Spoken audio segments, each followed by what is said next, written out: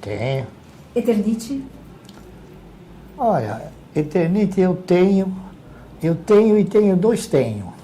Tenho vontade de cair fora, porque ela não é mais o mesmo papel que quando eu comprei há 10, 15 anos atrás. Grupo Ultra? Grupo Ultra também não tenho mais, porque eu tenho ações da Vibra e tenho ações da Raizen e tenho ações da Cosan. Grupo Ultra, Cosan e Vibra, as três, deve ter mais ou menos uns 23 mil postos de gasolina, dos quais a menor é o Grupo Ultra. O Grupo Ultra eu tenho por um acidente. Eu tinha ações de uma empresa chamada Ipiranga Distribuidora, que o Grupo Ultra comprou e eu acabei ficando com as ações do Grupo Ultra, quando ela ainda distribuía um bom dividendo. Mas o Grupo Ultra, ela sofreu uma crise de miopia impressionante, porque eles começaram a desviar os investimentos naquilo que eles mais sabem fazer. Então, o que eles fizeram? Investiram numa empresa chamada Oxiteno, dos quais eles não tinham expertise, não é isso? Investiram também na compra de uma rede de lojas de farmácia, chamada Extra Farma, que na época nós chegamos a comentar, poxa, vocês estão desviando o foco, né? Eu acho que isso não vai dar certo. E não deu certo. Então, por essa razão, eu caí fora do Grupo Ultra e fui acondicionando outras ações de outras empresas que pudessem estar no setor com mais objetividade e com mais segurança. E a IRB é uma empresa de resseguros, que eu estou com ela em carteira. Perdendo, mas estou com ela em carteira. Itaúsa? Itaúsa eu vendi porque ela deixou de ser um papel que distribui bons dividendos. Porque as pessoas não... Talvez eu seja um profissional muito preocupado com detalhes. Certo? Então, por exemplo, a Itaúsa foi uma empresa que surgiu no mercado, eu não me lembro de que ano, na década de 70, 80, e ela é a dona do Banco Itaú.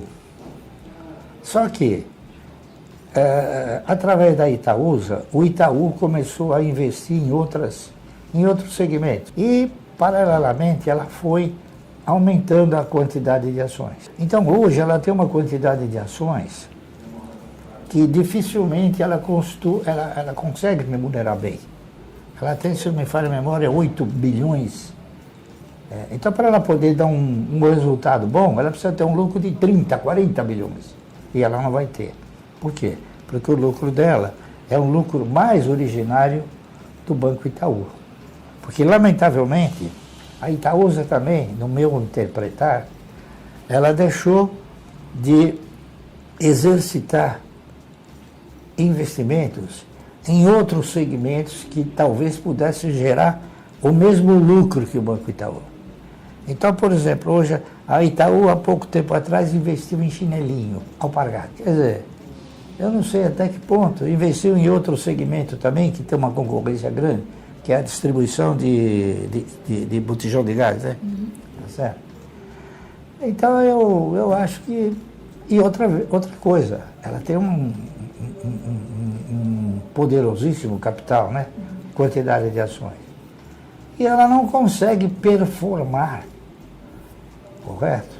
Então, ela vem regredindo progressivamente. Por quê? Porque ela aumenta a quantidade de ações e cada vez que ela aumenta a quantidade de ações, o preço... Outro papel que está assim também é o Bradesco. O Bradesco também, por força de ter aumentado sistematicamente a quantidade de ações, hoje ele tem 10 bilhões e 800 milhões de ações. Para remunerar isso, precisa resultados que talvez ele nunca consiga alcançar. Então são esses detalhes técnicos que a gente vai avaliando e vai mostrando uma performance futura. Klabin e Suzano, o senhor ainda tem? Tem, Klabin para mim talvez não seja um pouco exagerado, mas a Klabin talvez seja uma das melhores empresas para o cidadão colocar na sua carteira de renda mensal. A Klabin é uma empresa que distribui dividendo trimestralmente, a Suzano não. Então ela não reforça teu caixa sistematicamente. E outra coisa também, eles têm estratégias distintas. A Klabin é uma empresa que ela remunera, então ela repassa parte da riqueza que ela gera, não é isso? Ao passo que a Suzano, ela retém mais essa riqueza. E eles têm uma quantidade de ações diferentes. Então hoje a Suzano hoje exatamente custa R$45, né? E a Klabin custa R$4,50, R$4,30, por aí. Então com o dinheiro que você compra uma Suzano, você compra 10 Klabin. Porque o mercado, ele ensina, ele gera, ele produz ensinamentos que não está no livro, que não está em literatura nenhuma. Então a Klabin me ensinou que dividendo você ganha em função de quantidade possuída e não por valor aplicado. A maioria do brasileiro não sabe o que é isso.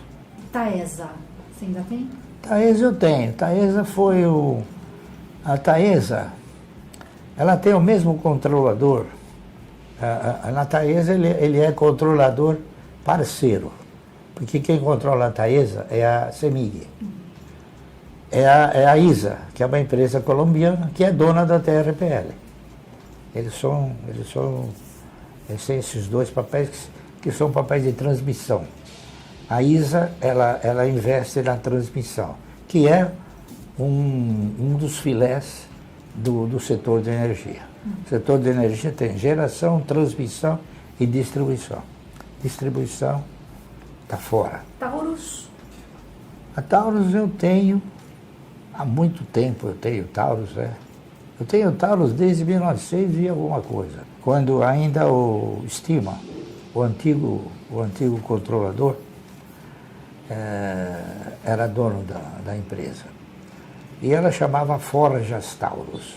E ela possuía algumas empresas em outros setores, que não de armas, né? Ela possuía uma empresa de capacetes, que ainda possuía uma empresa que chamava Taurus Plast. Eram containers de plástico. E eles faziam também alguns equipamentos que vendiam uma parte para a Petrobras, enfim. E na ocasião, a Forjas Taurus era uma empresa cujo principal elemento da empresa era um cidadão que se chamava armeiro. Ele não chamava armeiro, ele executava a função de armeiro, né? Então ele armava, executava a arma, né? Ele concluía a arma. Num determinado momento da história, a Forjas Taurus foi vendida. Ela foi vendida para o Daniel Birman. O Daniel Birman é dono da, como é que é o nome? CBC. CBC, cartuchos, né? Faz a bala. Então, talvez é interessante ele ter a bala e ter o revólver também, né? Então, são outras empresas. Então, eles compraram a empresa e produziram, né, uma metamorfose grande. Deixaram de fazer tudo isso. Ficaram só com a fábrica de capacetes, porque eles tinham uma predominância muito grande e é difícil vender. Mas ela sempre gerou resultado pequeno, mas gerou. E continua gerando. E ele investiu num segmento de armas. E mudou o nome da empresa. Não é mais Forjas Taurus.